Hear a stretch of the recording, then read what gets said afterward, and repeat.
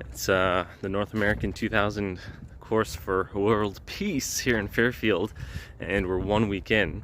So you know what that means? It's time to do some laundry.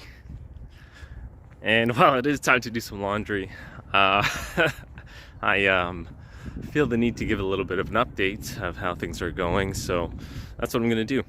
I'm going to break it down, what I think of the course, how I think it's going. I have a few categories that I'll touch on in terms of routine, the dome, the magnificent dome, how I feel, sleep, things like that. So I'll break it down in a few things, and I'll touch on how I feel so far in the course, how it's going, expectations versus reality, life on campus, a few things like that. So I'll break those down and share with you. 1 week of being here on the course. I feel a little hint. I feel pretty good. That's a little hint of that. Even the weather. Anything I can share with you guys, I'll try to include that. So yeah, let's get right into it. I'm going to be covering more details about this 2000 course here in Fairfield, and just some perspective on this whole TM thing, meditation, where I am, how I got into this. I started meditating at the end of 21. Found out about it over the pandemic. Had more time to do meditations, and it led me to some videos on YouTube. And I found out about Maharishi and David Lynch, and they absolutely captivated me with their words. So at the end of 21, I learned officially learned TM. Following year, I practiced it every day. Saw the benefit right away. Absolutely rested, absolutely wired. Became a live wire for energy, and just feeling good. So that led me to continuing the practice and listening to my TM teacher. I was so privileged to actually find a TM teacher to teach it to me during the pandemic. Eric Simon in Montreal, thank you for sharing that with me and helping me learn TM. So I did that at the end of 21 and followed, lectures and courses, free online stuff, and just learning more about what this stuff actually is. Moved to London, funny enough, and attended a one-day retreat sometime early in 23, and with no idea, I ended up on the Sidhi's program. TM teacher Magdalena actually referred me. She said, "Yo, you'd be great on this course." I had no idea what this course is about. Next thing I know, I'm at the Peace Palace in the UK on this Sidhi's program with 20 other people, and that was fantastic as well. And moved back to Toronto, and I knew about this event coming up. I wanted to go to India. Obviously, Canadian visa situations were a bit iffy, so I ended up coming here to Fairfield, and I knew at some point I needed to come here, whether as a student or working or a visit. I knew I needed to come here to Fairfield, so this is my first time here in Fairfield, and I'm super happy that it's for this course. Couldn't ask for anything better. So since I've been here, this is my first. I've done group meditations, but the first time in the dome, in the Golden Dome. I'm gonna have to make a whole separate video on the dome experience, but this group takes group meditation to a whole new level, and I think we have a few hundred people in the dome every time we meditate, morning and afternoon, and that whole experience is gonna have to be in a different video, but it's phenomenal. Doing group meditation, full rounding, morning and afternoon, it's incredible. The rest is insane. I actually love the structure of the dome. On the inside, it looks amazing with wood. It's a lot taller than I thought it would be on the inside, and it's just one big open space for everyone. It's quite the experience. And meditating with a lot of people comes with different kind of things. Well, yes, it's deeper. Everyone's meditating. You can feel the coherence. I just blink. I say, next thing I know, I start my meditation, and next thing I know, it's done. 30 minutes, I lose track of time totally. So that's one of the biggest benefits that I see, is just get straight to it, deep meditation. One thing that I've, I wouldn't say struggled with, but I've noticed is that since there's so many people and there's other people around you, sometimes there's a lot of coughing or sniffling or clearing of the throat. And you're going to have that with a lot of people. And the protocol is to just still keep meditating and don't let it bother you. And that does work. I still find it a bit in my ear, kind of a little bit irritating. I do see, well, one person at least with earplugs in the dome. That might be something I look into, whether it's my headphone. But it's not a big deal. I still had like a crazy deep meditation. And so I think the power of the group overpowers any kind of little noises that are out there. Something about the rest. The rest is incredible. It's deep. Lots of rest in the morning and afternoon. A couple rounds in the morning, afternoon rounds. Something that I'm finding is that I'm super energetic at night.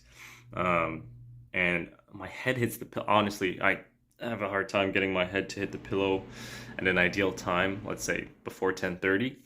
But even then, when I hit the bed at like 11 or 11:30, I still lie there, like wired, like awake, and I don't look at the time. I don't want to know how long I've stayed up. And then the funny thing is, I'm still waking up at like 4:30, 4:45, no alarm, and I'm still wired.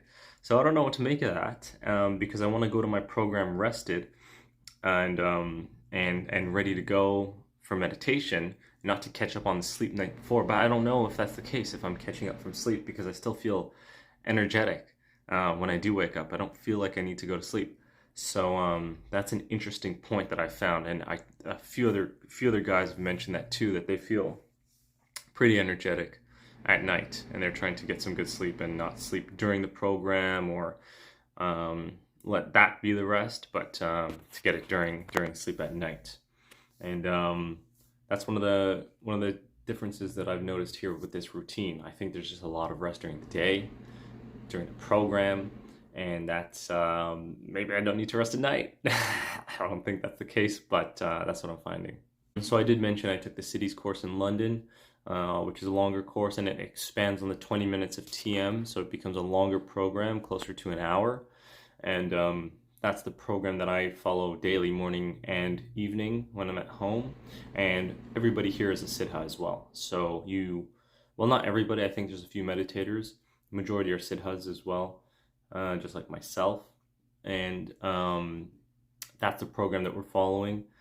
So that's what it means. That's a Siddha who's done that, has a longer program, follows a more, I wouldn't say strict, but a longer program. And there are more benefits to doing that program, and I stick to it. I stick to my program, try to get it all in as much as possible, and that's what everyone else here as well. And something about everyone else, the people here, I'm meeting people from all over the US, lots of Canadians here, like I mentioned, the visa situation, lots and lots of Canadians here, so many that I joke that we need to open up a Tim Hortons like right outside the dome or something like that, because there's just tons of Canadians everywhere, and everyone that I'm meeting is super, super down to earth, caring, special, loving, very genuine, willing to help. I've made so many friends so far, met so many people who are just a delight, and that's not uncommon within the community. Everyone is just super nice, super cool. People from all over the states, people who've been to courses and all kinds of other events, Taste of Utopia back in the 80s. And that gives you a hint of how old some of these people are. They're very much older people here than me, like far, far double my age, at least, a lot of these people.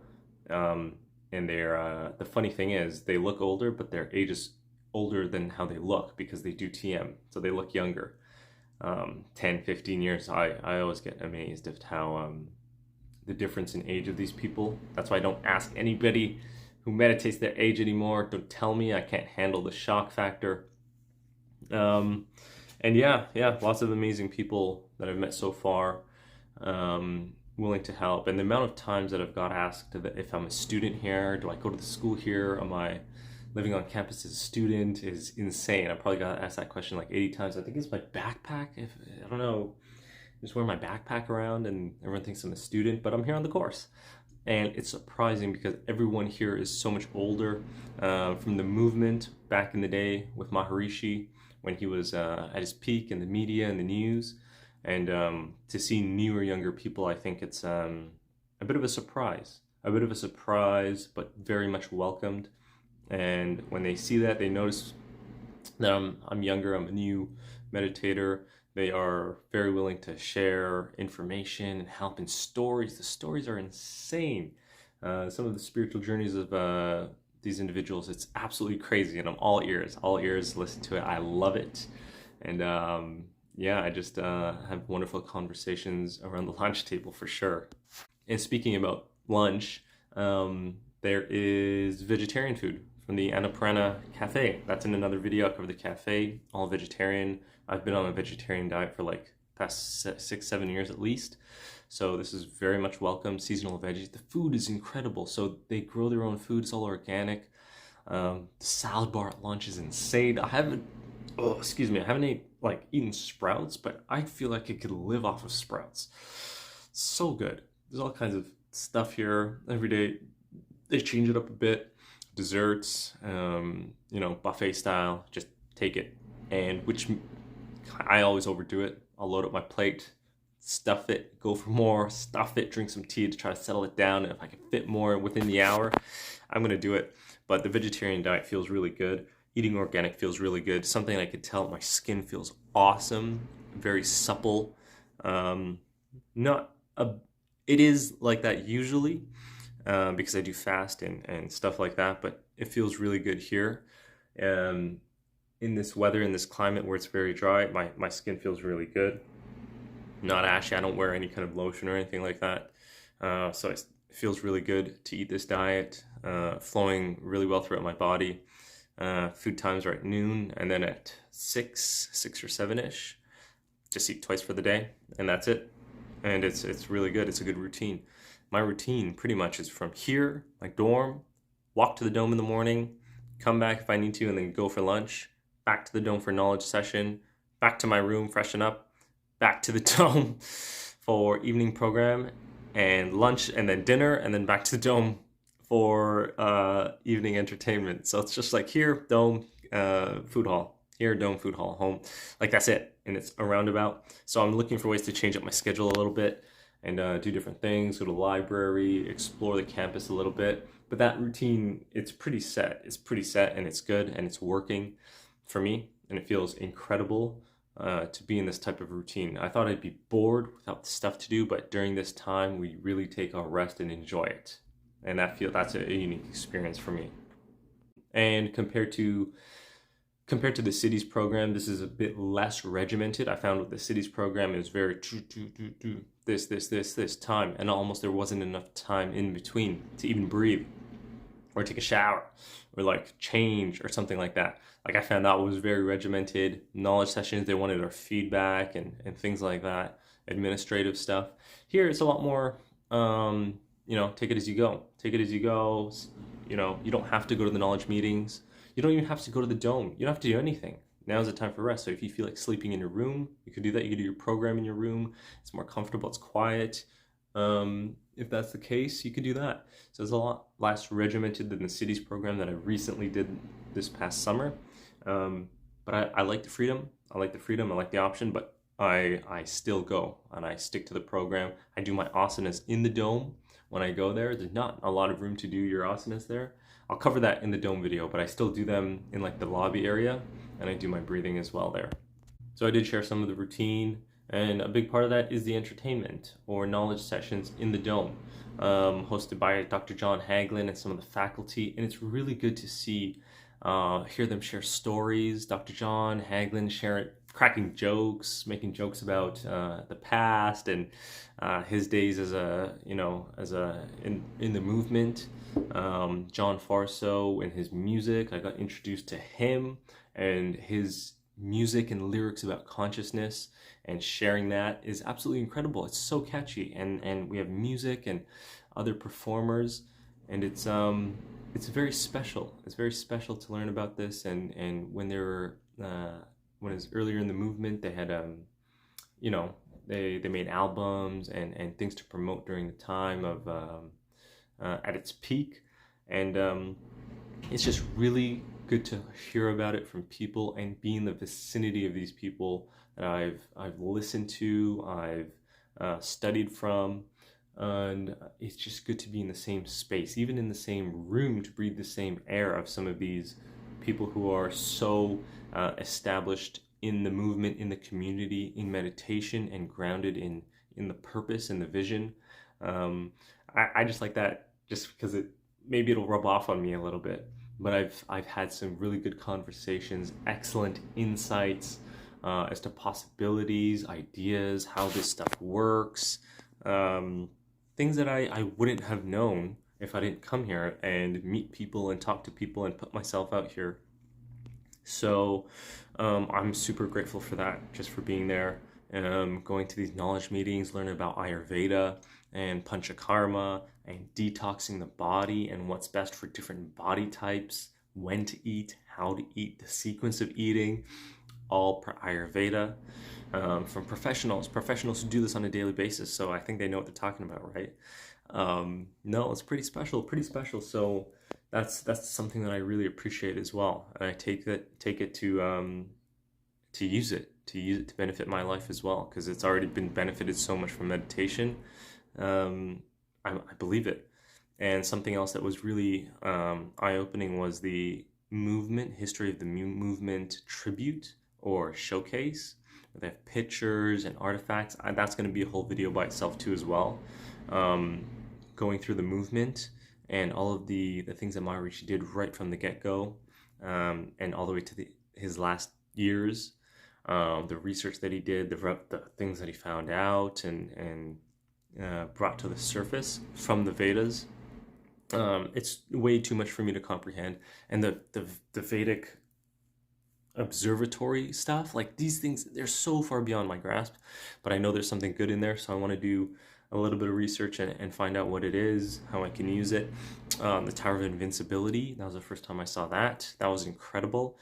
And both domes. So these landmarks are awesome. And this is like, I say this all the time and people will laugh, and because it's not a religion, it's a movement, it's a purpose, but it's not a religion. But I call this place the Mecca of TM. And I'm like, well, I gotta come to the Mecca of TM at least, and learn what I can while I'm here. So that's something I really appreciate. That was it's been 1 week. It's been pretty awesome. Time for some laundry. But also that 1 week update of how things are going for me here in Fairfield, my first time here. I hope that sheds a little bit of light of what it's like here. And this course, like, if you don't know, this is going simultaneously with the 10,000 course in Hyderabad, which is, they got more than 10,000 people there. That's a whole different situation. Wish I could have been there maybe next time at some other point in my life, but here in Fairfield, it's going very well and I'm very happy. And we do broadcast some of their meetings here as well. Yeah, that's just a little update. Drop any comments, what you think, what you have experienced here in Fairfield, if you're a meditator or not, if you're interested in it, if you're interested in Fairfield, if you want to know anything specific, if I could find it out, if I know it, drop a comment. Would absolutely love to hear what you think, your ideas, anything else that you think might be good to share. So got some more videos upcoming. Got another week here. Gonna soak it all in as much as possible. Gonna try to explore, make as many connections, and absolutely dive into the transcendence as much as possible and carry it with me in activity. You know the deal. So peace out. Take care. And something I didn't talk about in my Fairfield update was the weather, right? The weather is definitely a thing here. It's a bit gloomy here. But being from Toronto, it doesn't surprise me. Used to it. Doesn't mean I like it. Used to it. Doesn't mean I'm a fan of it. But this weather's definitely like Canadian weather. Let me zip this up, matter of fact. Haven't worn a jacket. I'm taking a different approach to winter this year, but definitely something to be noted for anybody that's thinking about Fairfield in the winter. I personally think this is a very mild winter. Can't imagine what it's like in the summer, but definitely a factor, because I've spoken to a lot of people who are from different states that sound much more peachy than it does here, and it's definitely a thing that some people would like to avoid. But you know what, if we're here for the cause, it's something that you just put up with and work with as well. Just the minus temperatures, gloomy days, a bit of wind today, but nothing that the human body can't handle, and something that is something to be noted. But that was one of the things. Because this climate is definitely a different climate from what they got in India. Although it does get a bit chilly in the nighttime there, it's different here. It reminds me of Canadian weather, and this place is landlocked, so middle of the states. But yeah, I think that's all for our updates for today. Take care.